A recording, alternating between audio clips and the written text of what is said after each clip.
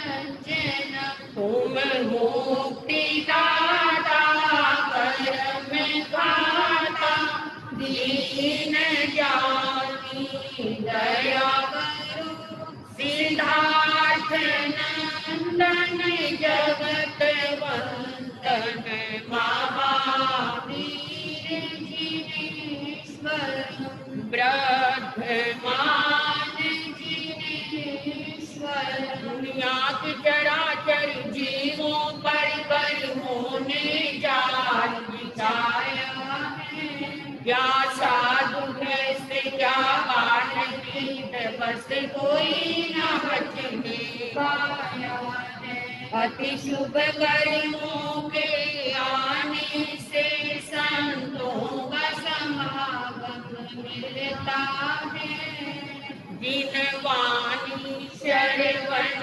करने से दुख जन्म मरण का मिटता है।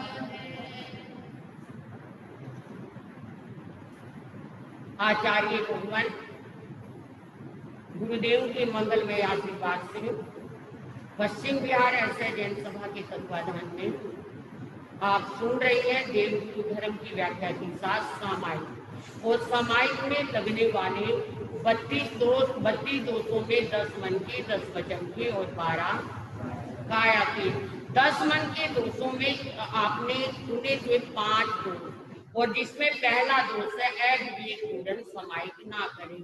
अविवेकपूर्ण समायिक में 4 बातें आती हैं द्रव्य क्षेत्र काल और भाव।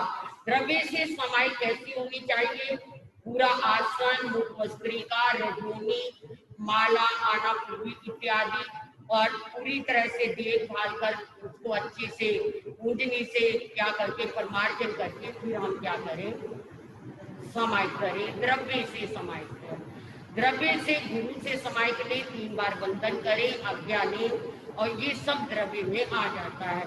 9 पाठ कैसे पढ़नी है कैसे आज्ञा लेनी है सब द्रव्य समायिक में आता है। क्षेत्र से कहाँ करें कैसे करें किस तरह से करें कौन सा यानी कौन सा धर्म स्थान हो कहाँ पर करें घर में कैसे करें घर में भी एकांत में कैसे करें किस समय पर करें। ये क्षेत्र में कल आया था काल से आपने काल की में भी सुना था आपने कि समायिक करने का जो समय उसमें ही समायिक करें ऑफिस जाने का टाइम है या घर के बच्चों के लिए नाश्ते का टाइम है हम समायिक लेकर बैठ जाएं कोई काम का वक्त है तो ऐसे में समायिक ना करें कालन समायिक बात अवश्य ध्यान रखें। चौथी बात है भाव भी हमारे निर्मल शुद्ध और पवित्र होने चाहिए समायिक करने में। जब तक भावों की शुद्धि नहीं होगी तो तब तक समायिक का जितना लाभ हमें मिलना चाहिए प्रॉफिट होना चाहिए उतना लाभ हमें नहीं मिल सकेगा। भावे भावना भाइये भावे दीजिए दान भावे धर्म राज्य भावे केवल ज्ञान सब कुछ हमारे भाव पर निर्भर करता हमारे विचारों पर डिपेंड करता है।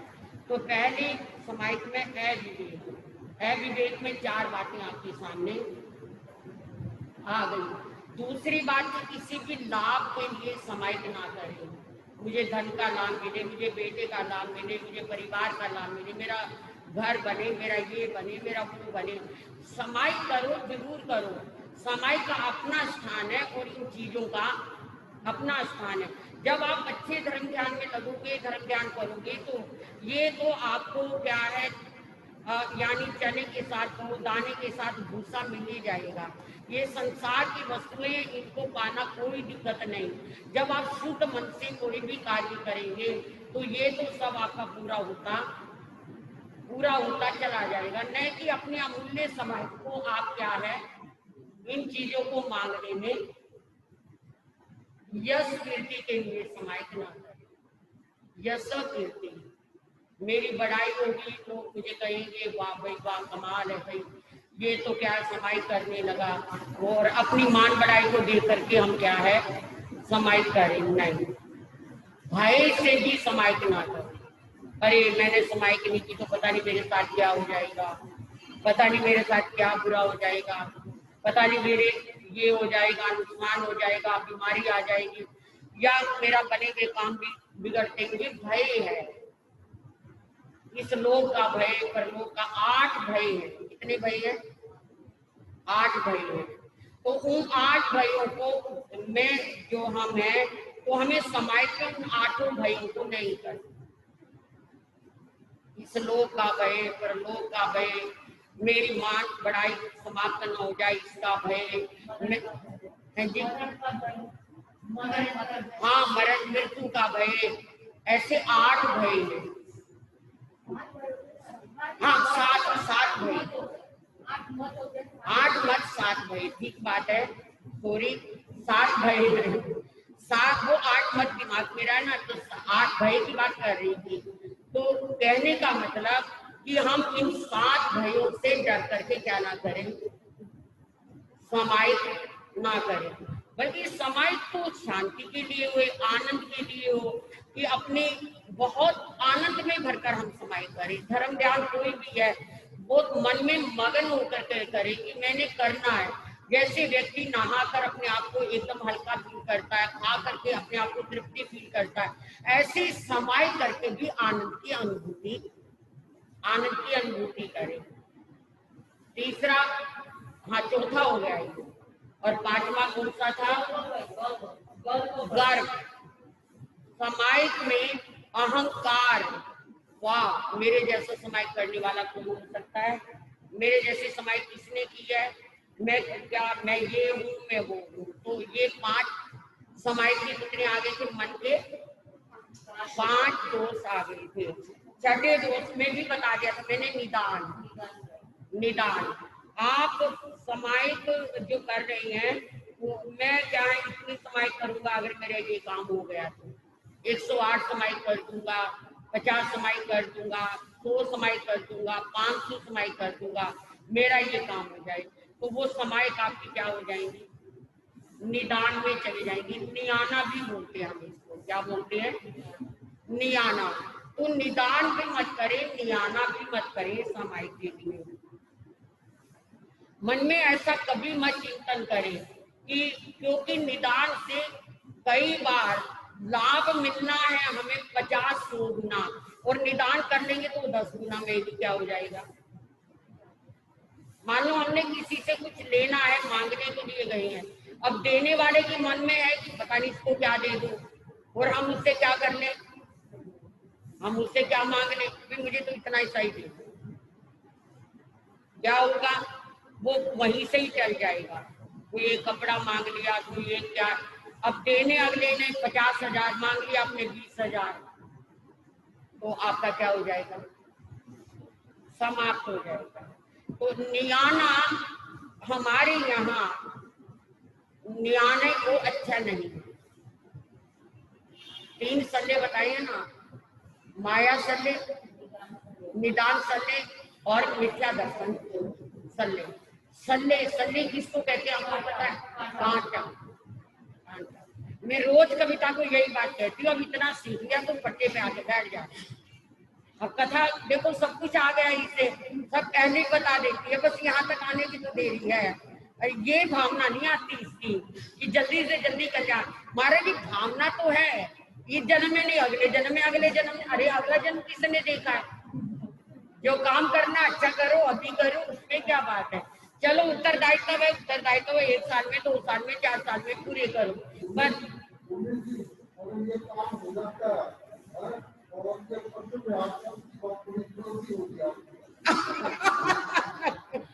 हमारी निर्मल भाई की बात सुन ली आपने, अगर कविता दीक्षा लेती है तो पश्चिम बिहार वाले गज बज कर दीक्षा करवाएंगे पूरे।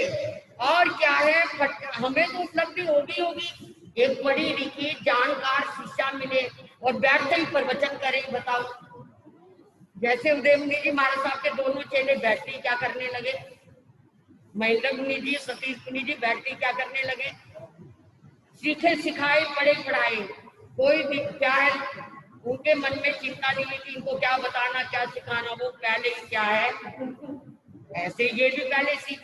इतना ज्ञान होने के बाद तो घर में रहना ही बड़ा मुश्किल हो जाता है। सच कहते हैं, ना ज्ञान होना जब तक, मोह माया ममता वो तो बात अलग है। आदमी मोह माया में फंसा रहता है, मेरा है, घर मेरा है, बच्चे मेरे हैं, पति मेरा है, मुझे बड़ा सहयोग दे रहे हैं। अकेले आए, अकेले क्या करें। आप अकेला अवतरे, मरे अकेला यूं कहूं या जीव साथी सब न हो। जहाँ दे अपनी नहीं, तहाँ अपना संपत्ति पर जगत ये परिजन परिजन लोग। क्या बताया? दोनों भावना कितनी उत्कृष्ट है। पहली बात, आप अकेला, अकेला आया अकेला, आप अकेला करे मरे अकेला होए, यों कहूं जीव का साथी सगाना होए। अगर कोई मर रहा है और दूसरा व्यक्ति कहे कि भाई मुझे बचा दे, तो उसने बचाने की पैसा खर्च देगा, धन लगा देगा, तन लगा देगा, मन लगा देगा, पर जीवन नहीं लगा सकता। महाराज साहब, अमर मुनि जी महाराज साहब सुनाया करते थे एक कहानी, याद आ गई, चल सुनाई देती जब मुझे याद आ। बात क्या थी, एक संत थे और वो संत रोज यही कहते थे भी अकेला आया अकेला जाना, अकेला आया अकेला अकेला जाना, ये बात कहते थे। तो एक चोर कहे, ठग कहे, वो भी इस बात को सुनता था, उनके उपदेश को। तो एक दिन वो अकेले में आकर गुरुजी से कहने लगा, गुरुजी आपकी ये बात बिल्कुल झूठी है, बिल्कुल गलत है। देखो हम 7 भाई हैं और 7 का विवाह हुआ है, 14 मेंबर, 2 हमारे माँ बाप का, 16 मेंबर है। 16 में से 15 घर में है और एक 16वां मैं हूँ, 16वां मैं हूँ। मेरे बिना मेरा घर का पत्ता भी नहीं हिलता, मेरे नाम से सब जीते हैं, मेरे नाम से सब मरते हैं। गुरुजी ने कहा भैया ये तेरा झूठा क्या, ये तू सपना ले रहा है, सपना है ये, और सपने कभी अपने नहीं होते। कभी रियलिटी तो ये है दुनिया की, सच्चाई तो ये है दुनिया की। ठीक है, मेरा तो सब करते हैं, मेरी करने वाले बहुत हैं, पर एक्चुअल में मेरा कुछ भी तो अपना नहीं गुरुजी, मैं इस बात को मानने को तैयार नहीं हो तैयार। चलो कोई बात नहीं, मेरी और तुम्हारी शर्त लगी। क्या शर्त गुरुजी? अगर मेरी बात में सच्चाई नहीं होगी तो मैं संन्यास छोड़ दूंगा, और अगर तेरी बात में सच्चाई नहीं होगी तो मेरे पास तू घर छोड़ देगा। बोल तुझे प्रॉमिस है? हाँ जी गुरुजी, मैं घर छोड़ दूंगा। ठीक है, बात पक्की ठक्की कर ली, और करके गुरुजी ने उसे एक प्राणायाम सिखा दिया। प्राणायाम में क्या सिखाया? 3 घंटे तक अपने श्वास को रोक कर आदमी जीवित रह सकता। 3 घंटे। आपको नहीं पता लगता, एक मलेशिया में एक ऐसा मेंढक होता है, 6 महीने तक अपनी सांस को रोककर जीवित रहता है। मेंढक है एक ऐसा, 6 महीने तक अपने सांस को रोककर जीवित रह सकता है। और मतलब कि वैज्ञानिकों ने खोज करी कि जो मुर्गा है, अगर मुर्गे की गर्दन कट जाए, मतलब प्रैक्टिकल देखा है कि मुर्गे की अगर गर्दन कट जाए तो 4 महीने तक मुर्गा जीवित रह सकता। गर्दन कटने के बाद रहा है, मतलब जो गर्दन कट के जो चेक हो गया उसे क्या डाल दो, खाना पीना उसमें जाता रहेगा, तो वो फड़फड़ाता रहेगा, मुर्गा जल्दी मरता नहीं। पता नहीं कैसे मारते हैं लोग, मरता नहीं। इतना फटफड़ाता, इतना काबू नहीं आता वो जल्दी, उसे बॉक्स में बंद करके मारते हैं।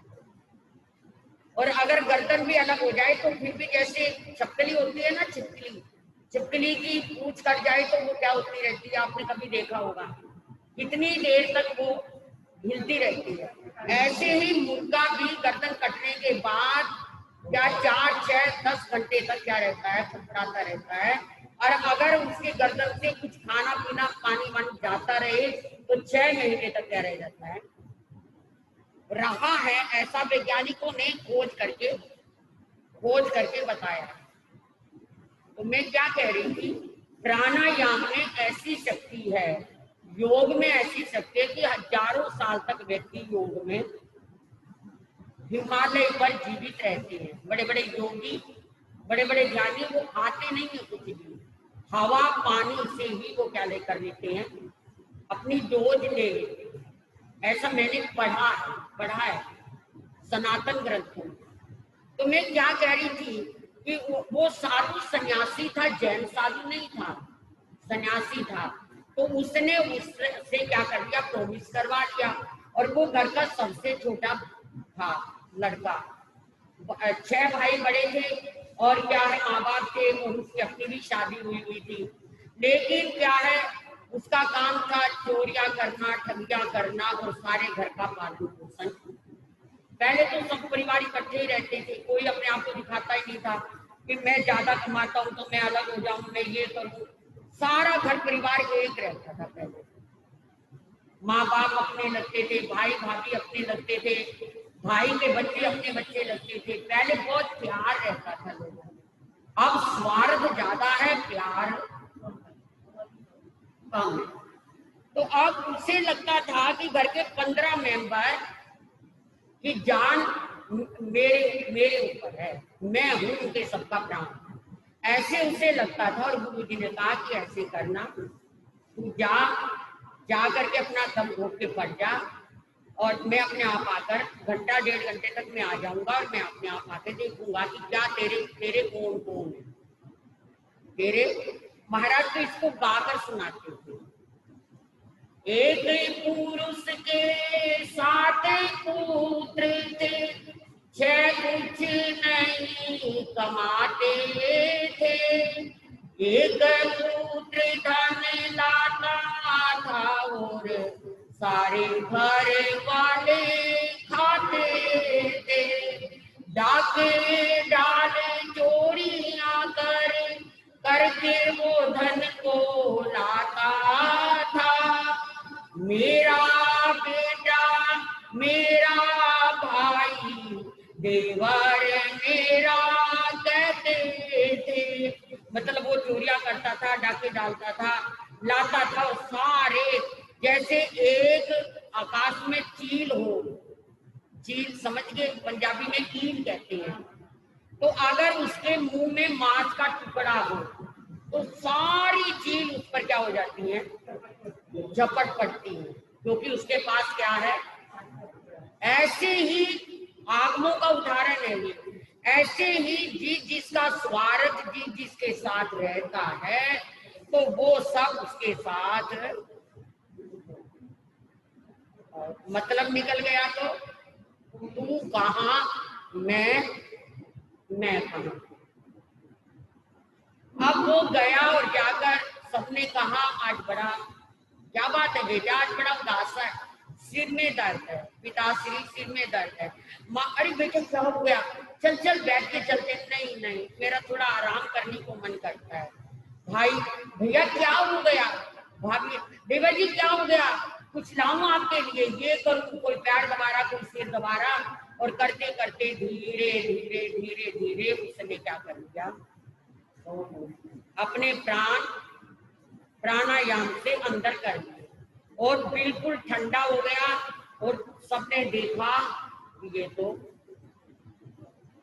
बड़ा रो रही है सब, स्वार्थ है ना, जितना स्वार्थ उतना रोना।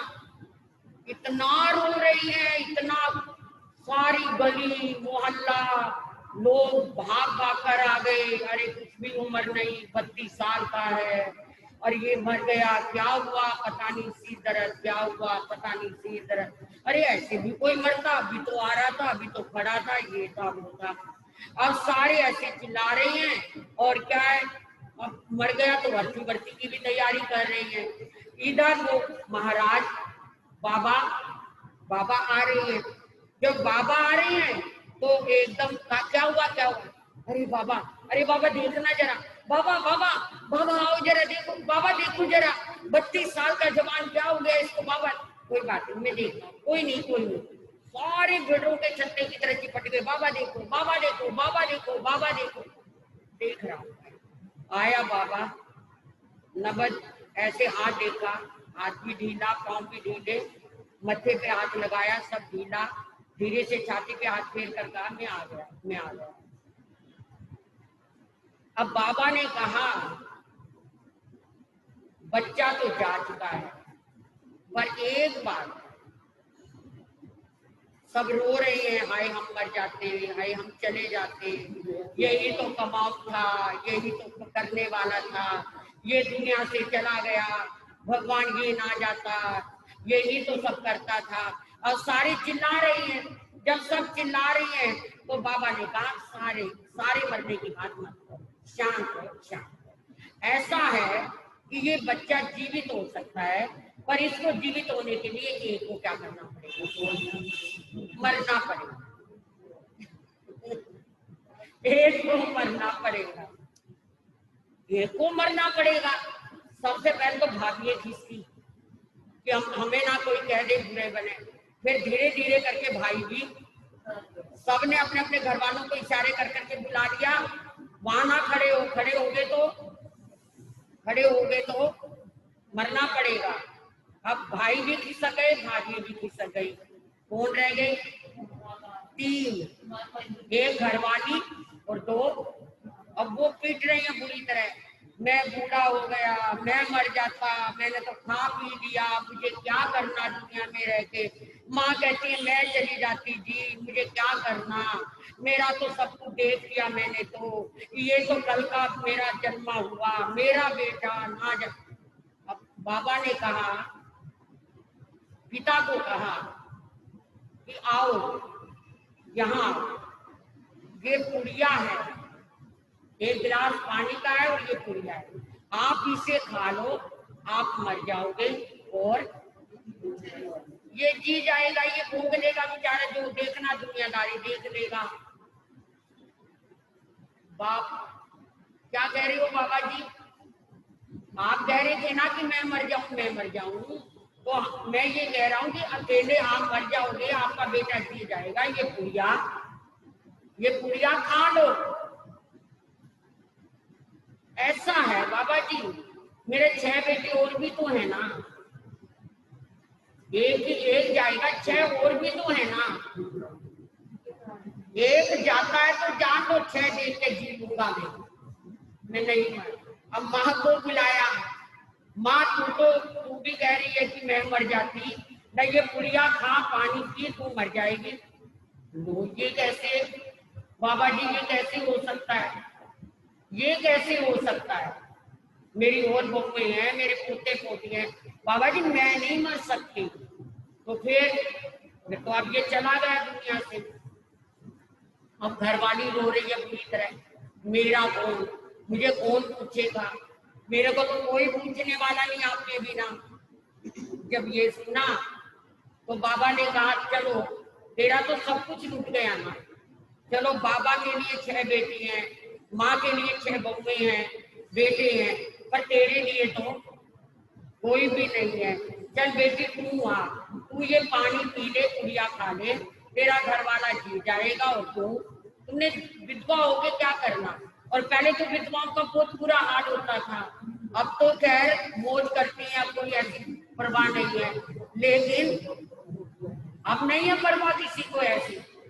सच कह रही हूँ, पहले तो मैंने अपनी शादियों का इतिहास पढ़ा है, मैंने अपनी शादियों का लिखा भी है, पढ़ भी रही हूँ और लिख भी लिया मैंने, मतलब थोड़ा बहुत रहता है, तकरीबन 3 हिस्से लिख लिया मैंने। उत्तरी भारत की महासरनिया नाम है उसका, वो लिख दिया मैंने। तो आपको ताज्जुब होगा जितनी हमारी बड़ी बड़ी शादियां हुई हैं, बड़ी बड़ी शादियां, बहुत कम शादियां हैं जो कि जिन्होंने मतलब बिना शादी के दीक्षा ली। आज तो 99% कुंवारी और 1% की शादी वाली, और पहले 99% शादी वाली और 1% कुंवारी होती थी। आज से 100 साल पहले, 70 साल पहले, 80 साल पहले बात क्या, और उम्र कितनी होती थी, कोई 9 साल की, कोई 12 साल की, कोई 15 साल की, कोई 22 साल की।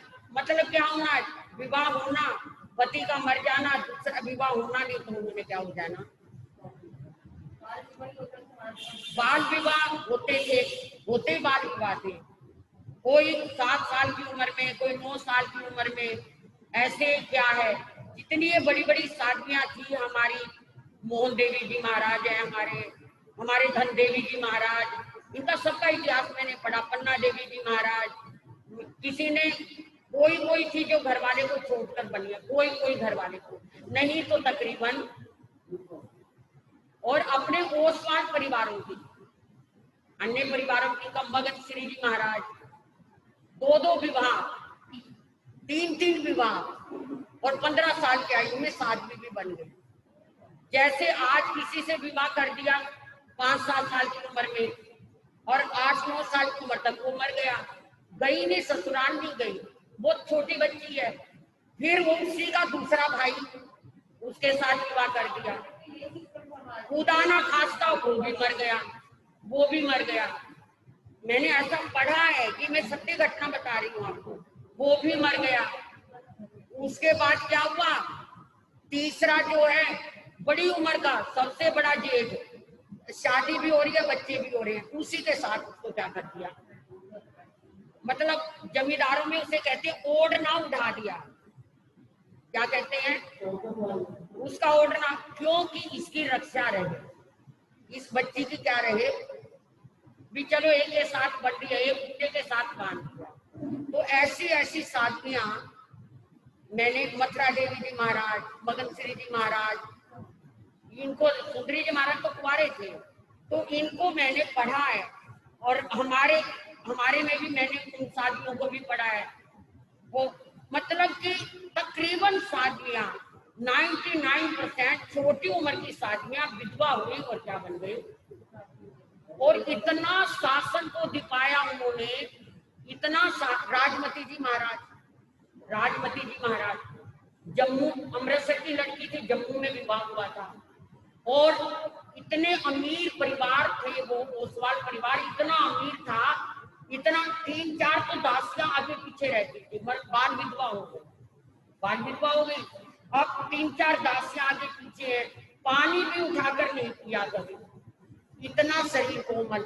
मगर महासती पार्वती जी का, चंदा देवी जी महाराज का प्रवचन सुना, वैराग्य लग गया, सास ससुर देने को तैयार नहीं, क्योंकि विधवा की देवी की तरह पूजा करते थे पहले, बाल विधवा की देवी की तरह क्या करते थे, पूजा करते थे, लेकिन शादी बन गई।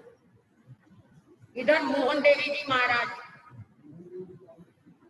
ये भी क्या है, विधवा हो गए थे, इनको तो बच्चा भी अडॉप्ट करवा दिया था ससुर ने, बांध कर रखने के लिए, बिचारियों ने 15-20 साल उसको पालने में लगाए, फिर उसका विवाह किया, और फिर क्या बन गई, कट्टर वैराग। ऐसा वैराग देखा। तो मेरा मतलब कहने का, मैं आपको क्या बता रही थी कि इस तरह की जो क्या है, पहले तो बाबा ने कहा कि अब तू क्या करेगी, तू तो ये पुड़िया खा ले, तो तुझे जी कर क्या करना, तू कहाँ से ये विधवापन काटेगी अपना, किसके सहारे काटेगी, मर जा तू। बाबा मरना तो बहुत मुश्किल है, बहुत मुश्किल है बाबा मरना, तो जीना आसान है पति के बिना। बाबा एक बात बताओ मुझे, मेरी एक बात का जवाब दो। हाँ बोल बेटी, मैं मर जाऊंगी, ये जी जाएगा, कल को दूसरा ब्याह कर लेगा, दूसरे ले आएगा, मुझे तो सपन में भी नहीं सोचेगा कि कोई थी, या मुझे क्या मिलेगा इससे, इसके सामने मर करके। देखो प्राण बहुत प्यारे, प्राण बहुत प्यारे। आपका नहीं मुझे पता, आपको याद होगा या नहीं, मैंने इतिहास पढ़ा है। जिस समय हिंदुस्तान पाकिस्तान बना था और पाकिस्तान से अपने जैन लोग, कोई कसरूर से, कोई कसूर से, कोई शाहपुर से, कोई रावलपिंडी से, लाहौर से, जब वो निकल कर आ रहे थे, किसी की बेटी छूट गई, किसी की पत्नी छूट गई, किसी का भाई छूट गया, बुरा ना मानना, लेकिन अपने प्राणों को बचाने के लिए छूट गया तो धन भी छूटा, माल भी छूटा, बीवियों को भी हाथों से पकड़ कर छीन लिया मुसलमानों ने, लेकिन मेरी जान बची। मन में क्या होता है, पत्नी जाए भट्टी में, मेरे प्राण ठीक है।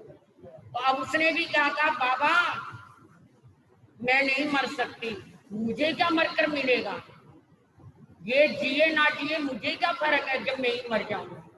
तो बाबा ने कहा फिर अब मेरे पास क्या इलाज है भाई, अब मेरे पास कोई इलाज ही नहीं है, एक ही इलाज है मेरे पास, ये पुड़िया को पी लो, वो मर जाएगा और ये बच्चा जी जाएगा। अब तुम्हारे 15 मेंबरों में से कोई है ही नहीं पीने वाला, मैं क्या करूंगा। अब सारे कहते बाबा मरना बहुत मुश्किल है।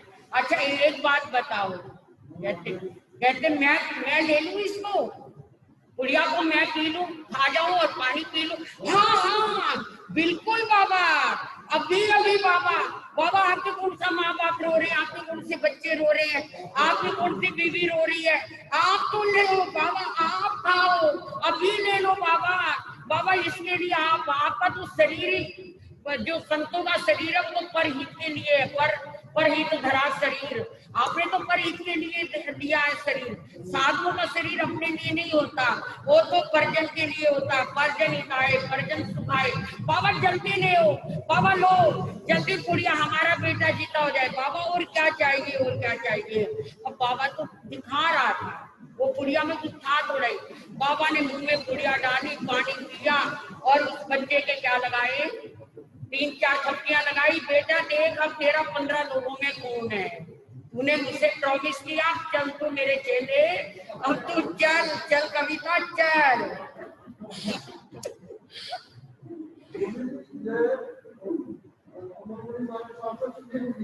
हाँ जी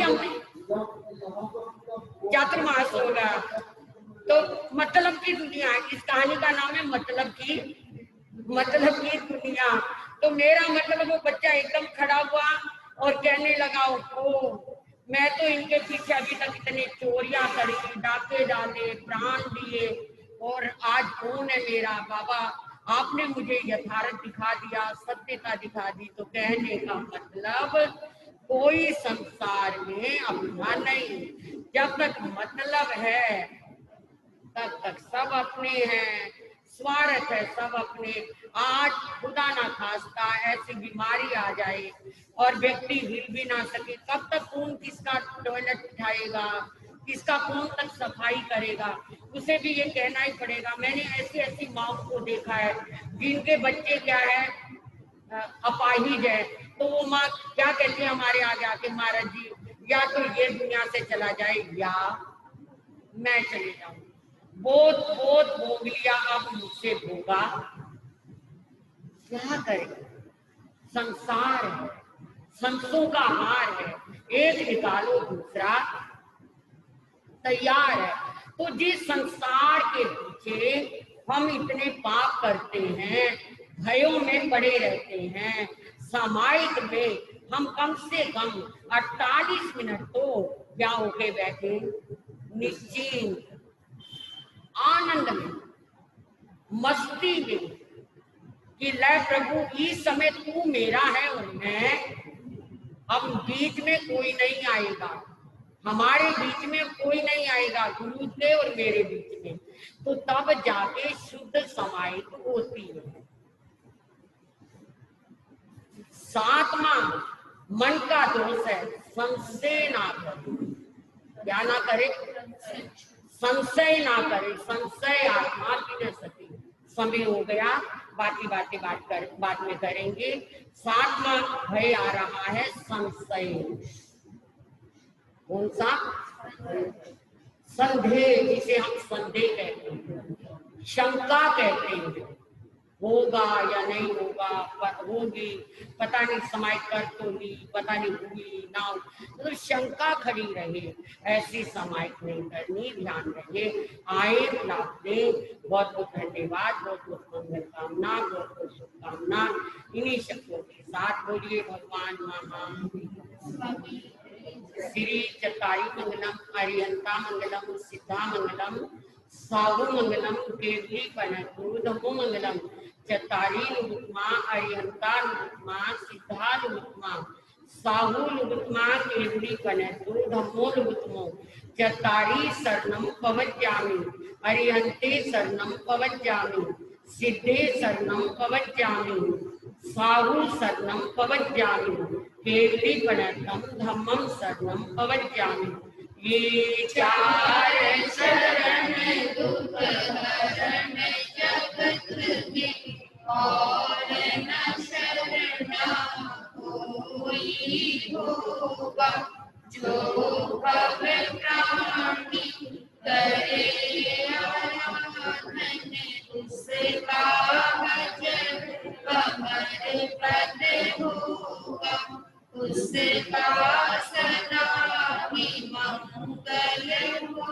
बहुत बहुत मंगल कामना, बहुत बहुत धन्यवाद। आज जब निकल का याद रखेंगे, अगर अभी तक